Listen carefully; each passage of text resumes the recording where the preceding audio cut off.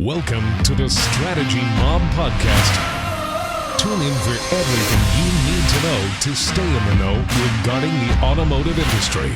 Here's your host, Jason Harris. Hey, what's going on, Podcast Nation? It is Jason Harris here, and thank you for joining another episode of Strategy Mob.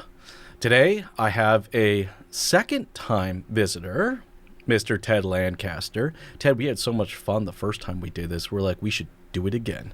And yeah, we did. We did, right? And so, Ted, thank you so much for taking the time to jam with me today. This is going to be a whole lot of fun. I know the topic is very near and dear to my heart. And it is so time, I guess, appropriate, especially going into this fourth quarter. This is just a big, or at least should be a big strategy for a lot of people out there. I know I'm teasing a little bit about the topic today, but before I get too far into it, for everybody out there that's watching and listening right now and don't know kind of how you got started in the industry and kind of your background, I thought it'd be fun to kick it off with an origin story. So, Ted, what is the origin story that is Ted Lancaster? So after a tiny hockey career, I got into the auto industry, and I started as a salesperson working at a GM dealership in St. Catharines. From there, I moved to a Honda store, which led me to my first OEM role for Honda Canada out in the western side of the country, which was fantastic. I had a huge territory to manage, but I learned an awful lot. Listened an awful lot, and then helped launch Mitsubishi in Canada. I was the 13th employee with Mitsubishi Canada when they came to That's so Canada. Cool. Yeah, it is. It's neat to say that you were there at the onset, and we got our dealers signed up. And from there, I was taken back to Toronto with Mitz as a director of sales operations. Worked for Mercedes-Benz, Dilawri Group, then Nissan. Kia, COO of Kia Canada, did some consulting with a large dealer group that was looking at purchasing dealerships in the US, and we got them a dealership down in South Florida. And then 401 Auto Group and Plaza. And, it seems like I've jumped around, but I mean, each one has been an opportunity to educate myself. And now, I've landed with my own company, and, it's been so far a successful launch, and we're quite excited to talk about it here today, really. I got to ask you, man, it's because I did the same thing, right? I mean, I've been, look, I was working for a bunch of companies. I was VP of marketing. I was general manager. I was GSM. And then one day I decided to take that dive and just jump into the pool of entrepreneur life. Yeah. And so I know I want to get into the topic, but I love hearing this because I find we all have very interesting stories. Like, tell me a little bit about that moment when you're like, screw it, I'm going to do this myself. Like, I'm just curious for yourself, like, how did that go down? It was one of those things where I was quite happy. I mean, I enjoyed working with the Stein family. I mean, been in business for 65 years, and recently, sadly, Rob's father, Herb, passed away, who was really an icon in the industry. Yes, he was. But it was one of those things where I'd always dabbled in the technology side of the business. And, I had listened to Rob talk about changing systems, and we were in the midst of vetting some new website providers and some new CRM providers. And, I was always kind of spinning in the background with a colleague of mine, what would new technology look like, and where were there opportunities? And, I really just had one of those moments where I said, I got to do this. We've kind of proven the methodology. We've tested the methodology. It seems to be very functional. It seems almost, to me, it was one of those things where it came across as, if I don't do this and get it out, I'm not going to be able to help dealers to the level that I would like. And I really do enjoy helping dealers. And at the same time, it helps consumers and it helps that customer experience. And so I just, we talked about, could we do it? And myself and the partners that I have said, I think we can. So off we went. And, it took some time to get to a point where we could launch and release, a little bit longer than what we thought. But it's always that way. Yep. always that way, but we were happy. It was really rewarding because the delay allowed us to layer in a few extra essential aspects that have been very well received by the market so far, that we've to the people that we've shown it to. And so it's very exciting right now, very exciting. Well, Ted, I mean, that doesn't necessarily surprise me that was kind of one of the big motivators for you, was to really kind of give back to, the automotive industry. I mean, we're both kind of in that same boat, that, this amazing industry has gifted us with so much. Yes. So, when we have an opportunity to give something back in the form of service or product, and still be able to provide a healthy living for ourselves, it's a really cool place to be in. And you've always been that guy that's just reach out, let's do this. I mean, you're active with us on Strategy Mob. It's just, you have this operational understanding, the strategic understanding, and you're not, you're definitely not, shy about just saying, hey, you need help? I'll jump in. What do you need? Yeah. It's just like you're right in it. You're head first into the pool.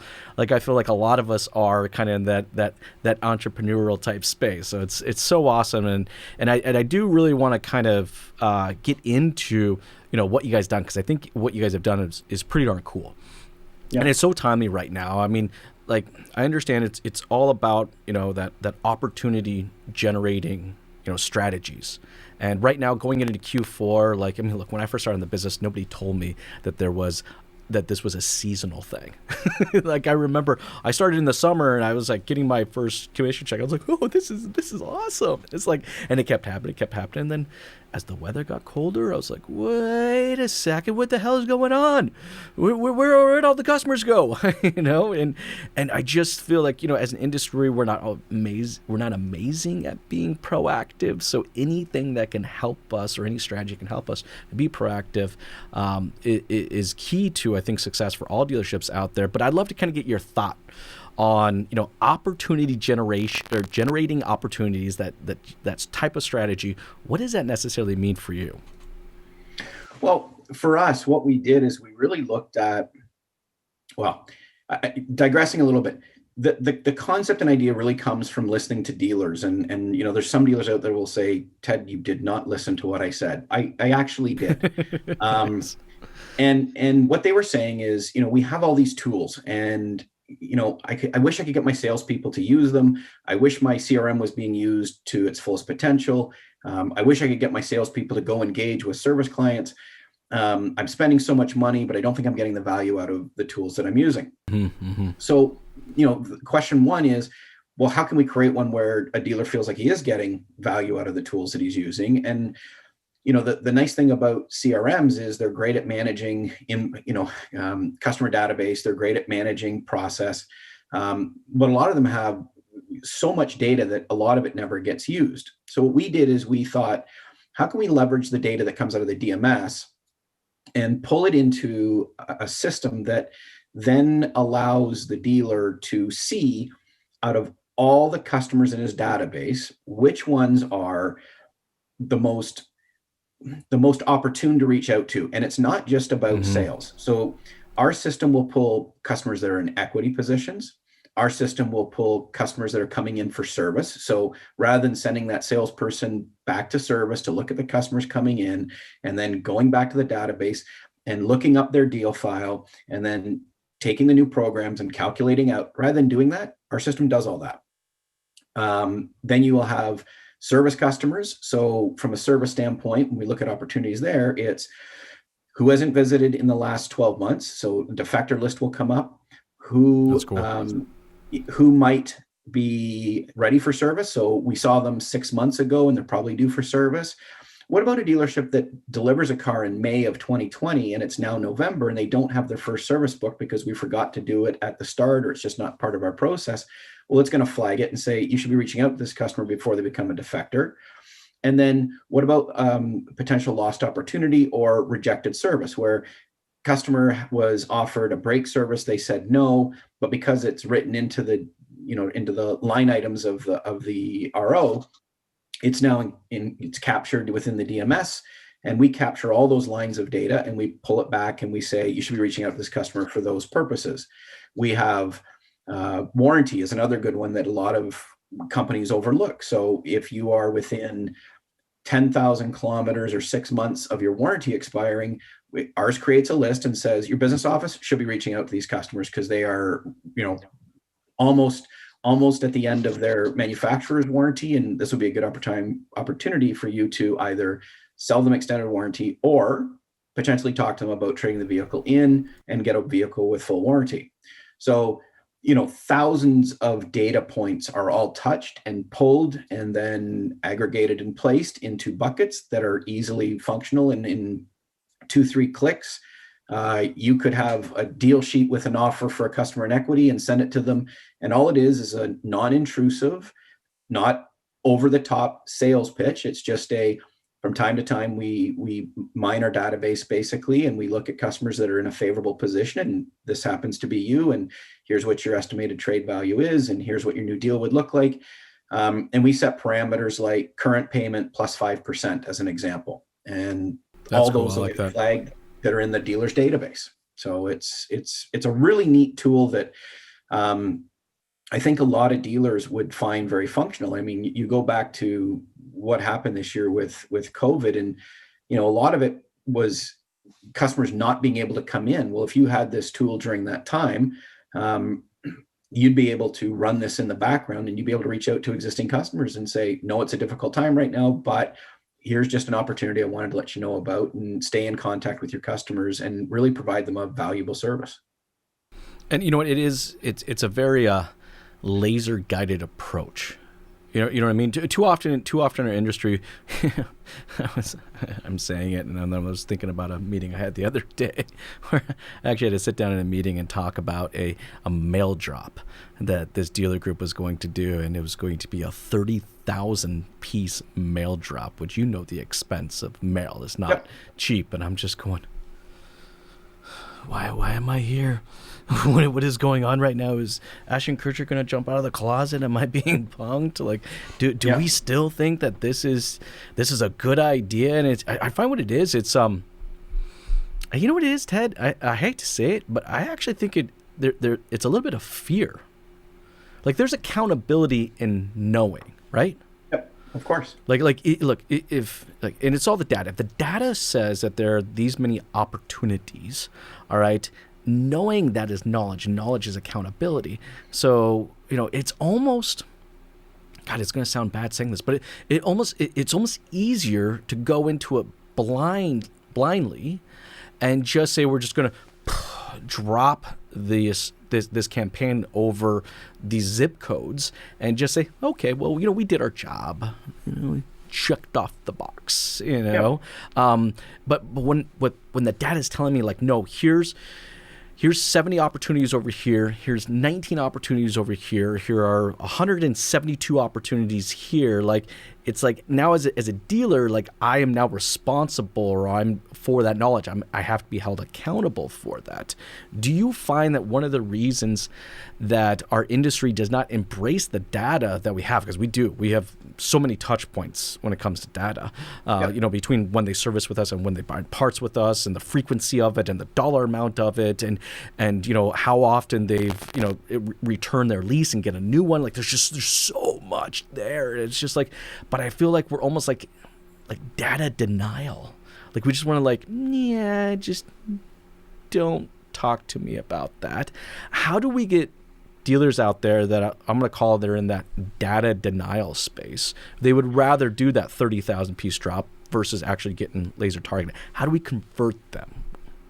I think it goes back to the same things you find with salespeople at times, and not just salespeople. I think it's not unique to the auto industry, but the line I always like, and my dad used it quite a bit, was the path of least resistance, right? So if we can do it the way we've always been doing it, and that's the path of least resistance, because I can call somebody up and take care of it for me, and this is what I want, and they do the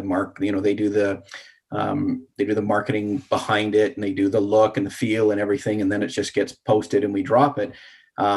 That's easy. What's not easy is going into a lot of systems nowadays and being proactive at pulling the data. And what we've done is it's that kind of gap between, there's some very functional CRMs out there. There really are. And a lot of them can pull a ton of data. but you have to manually pull it over, and it's not simplistic. What we've done is we don't go through the CRM. We go right into the DMS, and we're pooling all of this together and spitting it out such that when you go to the customer field, for example, and you pull up a customer, you can see what they bought, how many vehicles they purchased, how many times they've serviced, what they serviced, what their CP was, what the warranty was. And you can look at the entire service history and know what each service contained. And what we really did is, you talk about that denial. I don't think it's denial so much as ease. If you can make it easy, you can make it smooth and structured so that in a few clicks, you can have access to that type of detail, then you can win dealers over that have been resistant to it. It's just, when we were asking what are some of the frustrations, some of the feedback we had from dealer principals was, why aren't my salespeople using the CRM for all that it's offering? What are they doing when they're not working with a customer, right? Why are they not engaging my service clients? And all these questions are easily answered. They don't want to spend the time to research to be able to go and talk with the service customers. The CRM's got great information, but it might be complicated to navigate.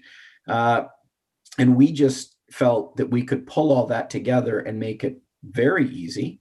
And because we've made it easy, we've had great, our initial meetings with dealers have resulted very favorably in some adoption. And the dealers that are using it have provided great feedback, and they're wanting more, which is nice, and we've got more to come in 2021, which is the nature of technology. You keep expanding. And I guess I liken it to an article I read about Apple and their iPhone and iPad, and it's great because the iPhone, the new iPhone came out. Well, guess what? That's kind of 2 models later than what they're actually working on. They're actually on iteration 14, and we're at 12 or 11, whatever it is. So, we're trying to stay as a company that's going to continue to advance. And the nice thing is we get dealers on now, and they grow with us. And they'll have a suite of products that is, one-stop shop and does everything for them. And it just closes loops on a bunch of different systems. Because you've got dealers that have marketing systems. My gosh, it's I call it the soup. Yeah, they have. It's because you have so many different systems reporting, simultaneously, at it. Actually, that's a good point, because look, I think there are people that. Like I was saying earlier, that are kind of in that data denial. But I actually think there's another one where it's like data indifferent, where it's just like, well, I have 7 different systems telling me that, I need to do this, this, and this. And it's like, the manager kind of gets to a point where it's like, I just don't give a crap what these systems say. All right. I'm just going to, I've been running my dealership this way for the last 25 years. And I'm going to run it, continue to do it this way. So like, what do you say to the people out there that, I think there are people that just don't believe the data is true. Like, they're not an opportunity. It's not an opportunity unless they're actually sitting in front of my desk. And then there's the ones that are just kind of like, I don't really care. I'm still, look, I've been doing things my way, and I'll always continue to do my way. So like, what's your approach with dealers, with that type of management or that type of mentality at a dealership? Well, it's funny. We've dealt with dealers like that. And one of the dealers that we are we're actually in their dealership and they're actively using it. I think it was after the first week or so. We always do our follow-up and want to make sure that the system is running right. We check back. Are there any, issues or struggles, need more training? And we asked them, how'd you like it so far? And the one assistant sales manager said, it was great. He printed the deal sheet. He went into service. The customer was coming in for service. He sat down. He gave her the deal sheet, which just, really shows what the new offer is and what their old vehicle looks like, the trade-in, all the different key points. And the customer looked at him and said, "Where did you get this?" And he said, it's a new tool that we have. It goes into our dealer management system and it pulls all the customer information. And the customer's feedback was, "This is really impressive. I just, to think that you have all this information, you're able to share it with me. it basically, the word that the customer used was validity. It added a lot of validity to what he was saying about her opportunity to get out of the vehicle. Now, didn't result in a sale because that's they were true, only. though. I mean, that data does provide Oh, for sure. transparency, right? Yeah, because it's their data. Keep in mind, even though it's housed in the dealer's DMS, we're taking their existing vehicle, the agreement that they reached within the, so whatever's put in the DMS system, the finance rate, the term, the dollars spent, the down payment, all the information that the dealer had collected, they're keeping retained, and we meet all Castle and Pepita requirements. And they're just, all we're doing is we're just organizing it in such a manner that they can, in a few clicks, see exactly what the opportunity lies for that customer and present a very clean, very professional looking offer sheet to the customer, where it's not a hard sell. When we were talking about how should it look, we wanted to look almost like you were sitting with your investment banker or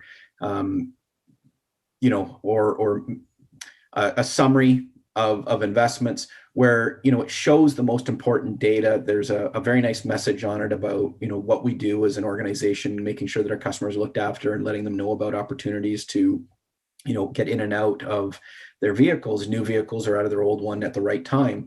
And it's really serving the customer the best that you possibly can, because a lot of customers, I think what they do is they look at cars and they say, look at the technology changes. And this might be somebody that's in a 2018, let's say, and they look at the 20s or the 21s and they say, oh, I wish I had that feature. I wish I had that feature. Mm-hmm, yeah. And they go on, and because they don't know their trade value, because they don't exactly know what their payout is, they just look and think it's too expensive for them to switch from one to the other. What our system does is it basically disproves that you need to worry about that really there's a lot of equity opportunities, because the OEMs, as their programs change, our system changes, and we get those updates as rapidly as the OEMs are making changes. Oh, that's super important. It's that real-time effort, right?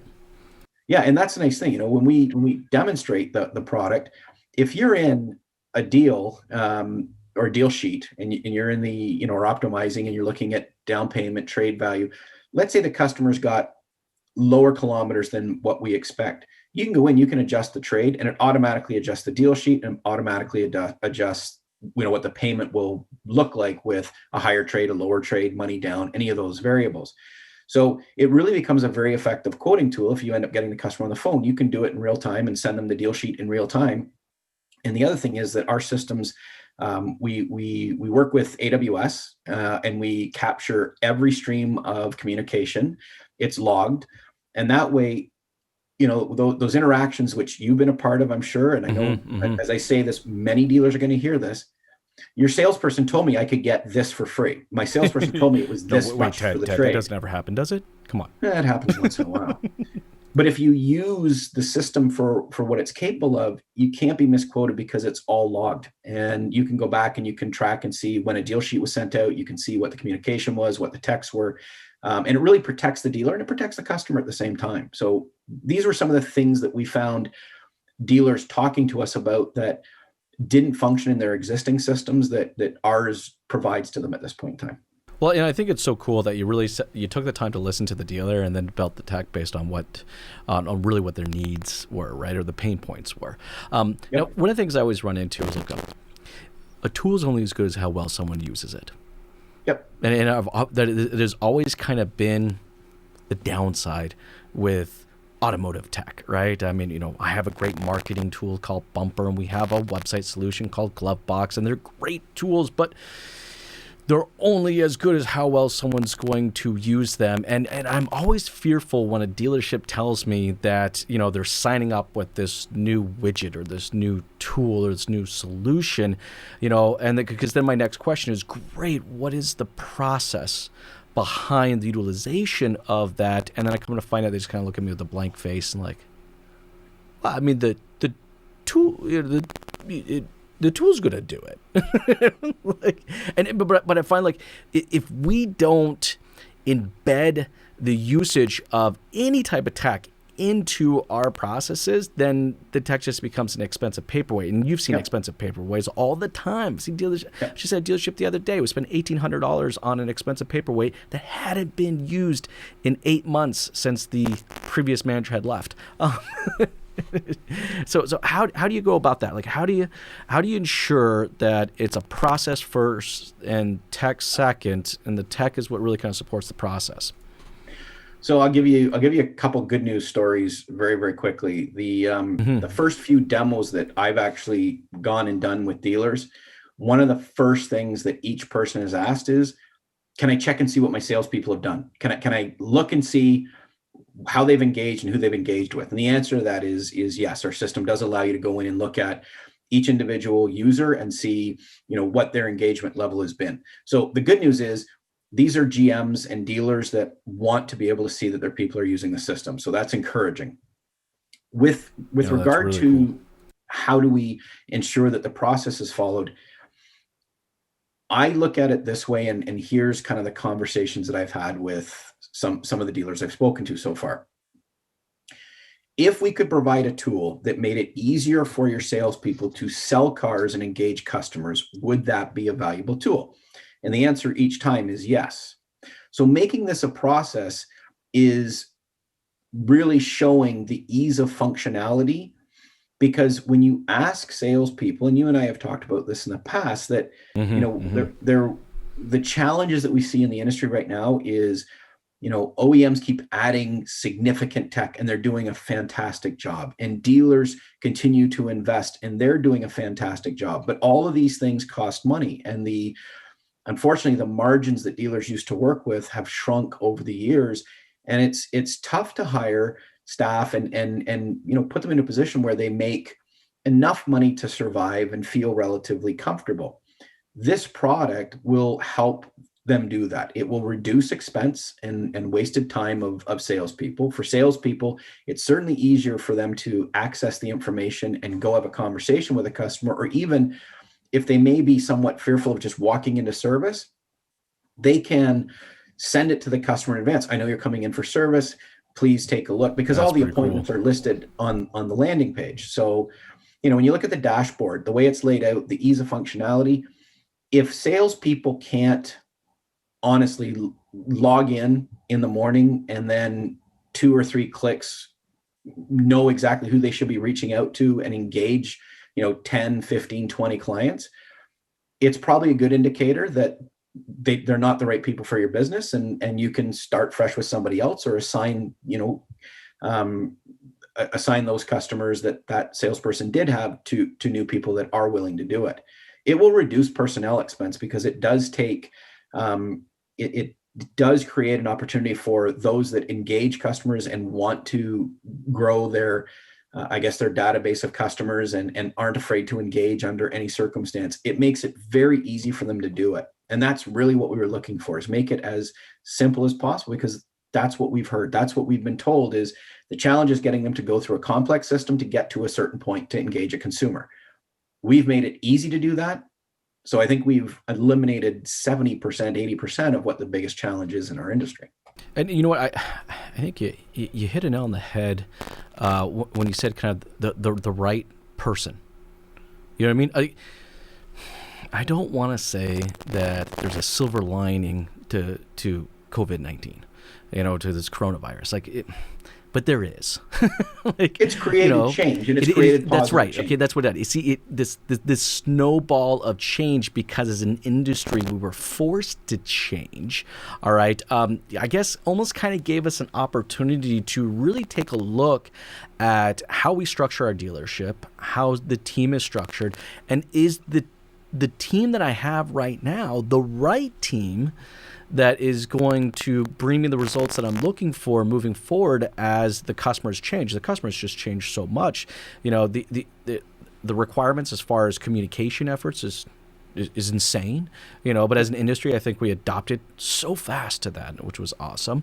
And I think the customer is just going to continue to expect a much deeper, more transparent, more data-driven, sales process that has not existed in the past. And I hate to say it, but that does probably mean Yet there are some people that are working at dealerships right now that may not be the right person. So this is my question for you, Ted, is both of us are in line, and I think a lot of our listeners and people that are watching right now probably agree with us that having a very data-driven approach to everything they do is going to get them to a place where they can process their way to profitability. But that process has to be executed well, and I need a team to do that. Moving forward, how does a dealership, I guess, obtain or hire or attract those individuals that are going to execute those type of processes that are required? Well, I think there's a couple things. And I mean, I love talking about my product, and whether it's mine or another one, I think the first thing that you do, hire people that might be new to the business, and then show them the system that you have and show them the full functionality of it to get to a point where you want to be. If you do that, they don't know anything other than what you've trained them on, and their ability to work through that process with the tools that you're spending, valuable money on becomes, significantly more of a benefit to you as a business because you've got somebody that has engaged in that right from the start. You can hire people that worked at different companies, but you have to take the time to show them and train them on the tools that you have. I believe that there's different ways in which dealers should look at the salesperson, how to manage their income to make them feel welcomed. I've talked with a couple of dealers, and we talked about this last time. Yeah.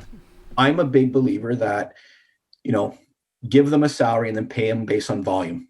And, they have a level of comfort knowing they're going to make at least minimum wage. And then they know that they're going to make bonuses based on tiering that they, as they sell more cars, they'll make more money. And I think that's one way to go about it.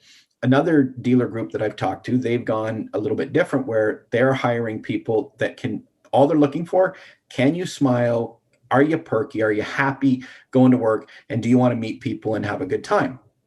And their whole concept is we're going to have CSRs that are going to greet people. They're going to help set up appointments. They're going to bring them into the dealership, set them up for test drive, do all that fun stuff.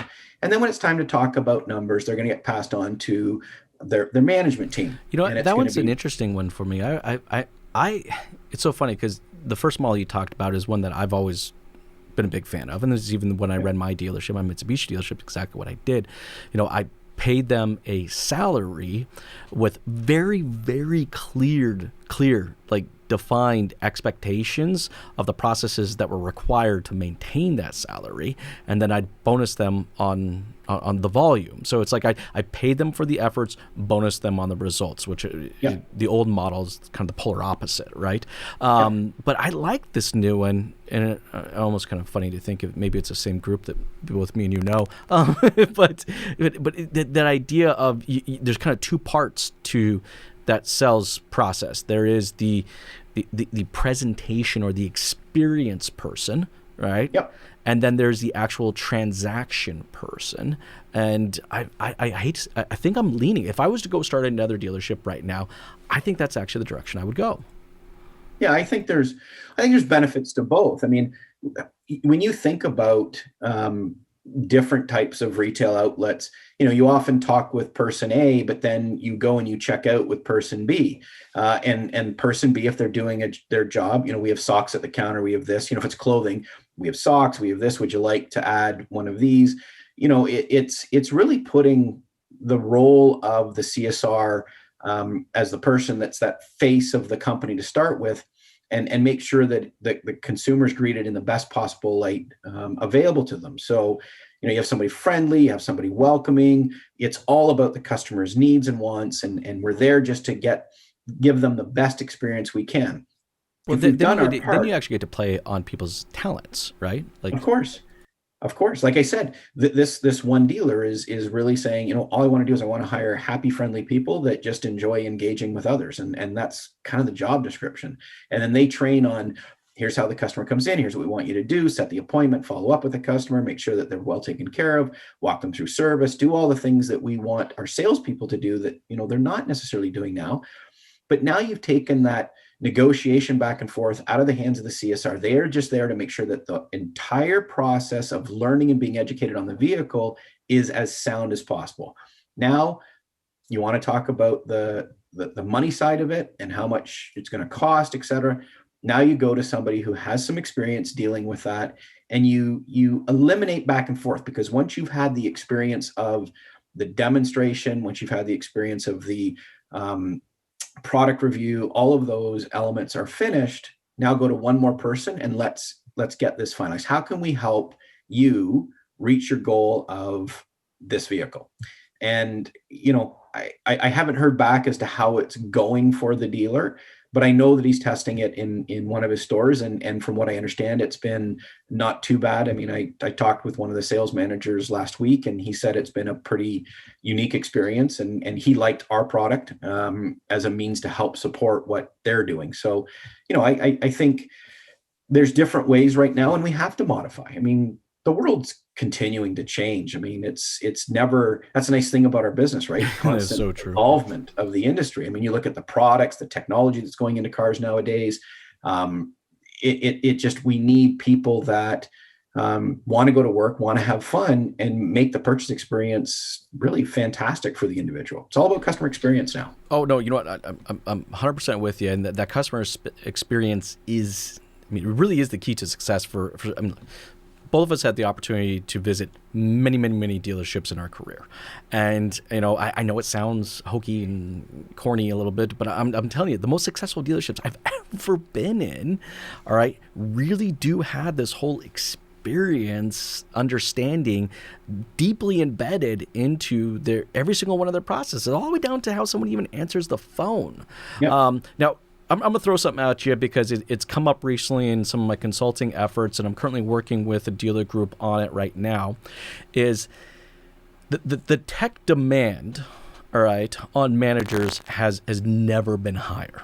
Okay, yep. The amount of systems and tech that we have to use between our DMS systems and our CRM systems and our opportunity generating our mining systems and our websites and our digital marketing analytics, and it is getting so much to the point where I have this group coming to me, and they go, look, we have some amazing managers, but they're just at an age where they don't feel comfortable that they can execute the tech requirement, the demand. Yeah. And I'm thinking, at first I was kind of like, well, okay, we'll go find new people. And then I sat back and I thought about it for a second. I'm like, but that is right. It's kind of no different than what we're talking about the salesperson here, is that there's almost two different types of sales kind of individuals required here. There's that experience one, and then there's the actual transaction person, right? So I'm thinking, because tech is not slowing down, in fact, it's just going to get even, if the demand for our managers to understand and embrace tech on a regular basis and data on a regular basis is just going to continue to grow.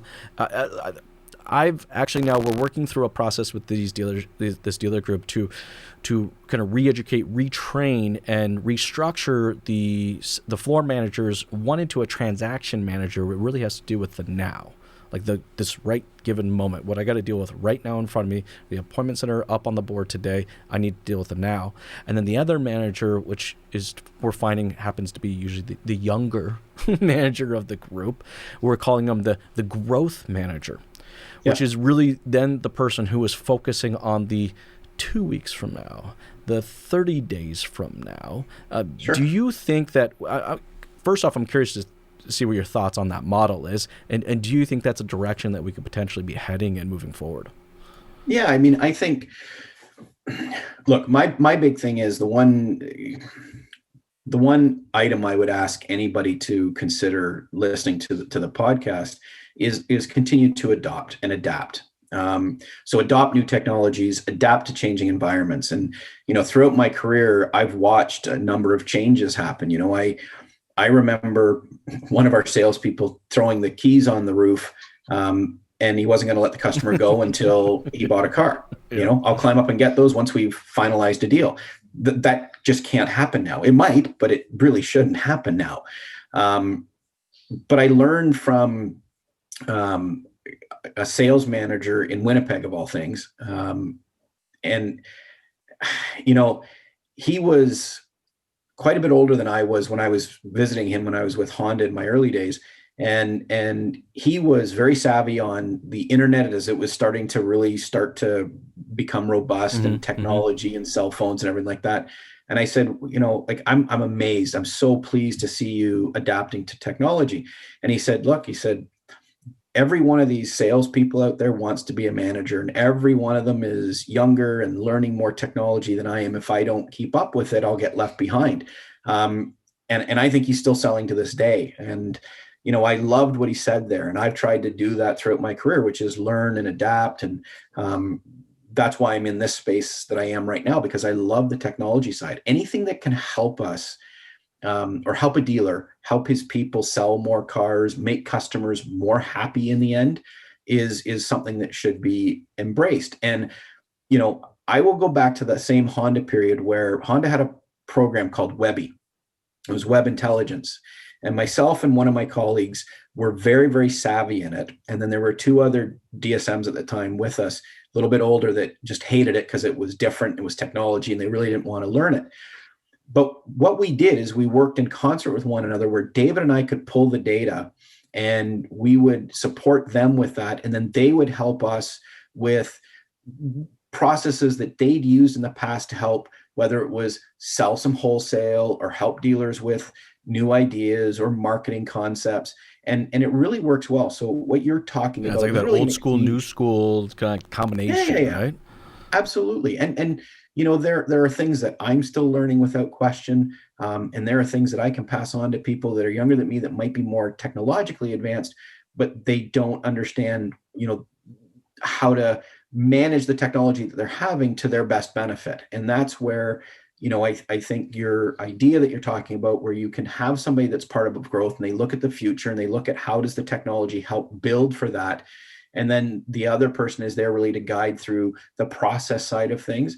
I think that can work. It's really just making sure that you've got two people that are compatible with one another, and two people that are willing to learn from one another. And ultimately what you get to is two people that now understand the technology, use the technology, and understand the process and use the process. And that's ultimately what you're shooting for. It's just making sure that they work well together.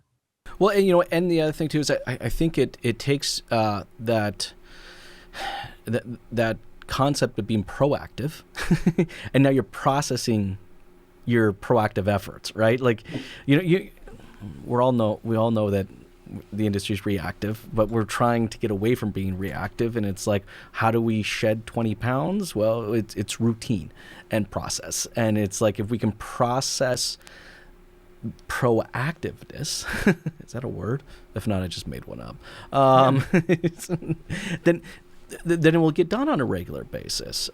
Ted, I know it's towards the tail end of our time, and I think we touched on some amazing subjects today, and it really is about dealerships embracing their data, embracing the technology, and ensuring that it's processed very well into their current team, and maybe even need to rethink the current team model, from how the sales, integration and experience is, to how the management is going to work together. I mean, this is just some great topics today. But before I let you go, for everyone out there that's watching and listening right now and would love to connect with you and learn more about, this tech that you guys have built out, what's the best way to do so? So they can reach out to me directly, ted@coredealerservices.com. They can visit the website, www.coredealerservices.com. And again, I mean, I think, look, I'd love to spend, another 15, 20 minutes plugging the product, but really all I would say is, there are very strong technologies out there that are a benefit to the business, and don't be afraid of them. I think if you embrace them in the right way, they're going to prove to be helpful and beneficial to the business and provide an overall better customer experience. I think our product's really, really strong, and obviously I'd like to share it with as many dealers as I can. And we're not limited to Canada, which is nice, so we can branch out wherever we need to. Look, it's times continue to change and evolve, and our job right now with my company And my team is to make sure that the products that we're providing are going to meet the needs of the changing environment and be kind of a one-stop shop where you don't have to have multiple different vendors and multiple different communication keys and things like that can mess up information. Everything's going to be housed in one. And we'll have some pretty slick products in 2021 on top of what we already have, which is very exciting. That is so cool. And it is all about evolving. Like it really is. I mean, any company out there that just kind of stands still over time, it just never works. And it's funny as our industry, I think we were doing that for a while. And, COVID has forced us to get out of our comfort zone and really embrace that snowball effect of change. And it is so cool to see companies like yours kind of come into that place to support that change, Hey, Ted, thank you so much for taking the time to jam with me today. This has been a ton of fun. You have yourself a great day. Thanks very much, Jason. Appreciate it. Thanks for tuning in to the Strategy Mob podcast with your host, Jason Harris. Don't want to miss new content? Be sure to sign up to be a mobster at strategymob.com to stay in the know. Remember to like, comment, and subscribe.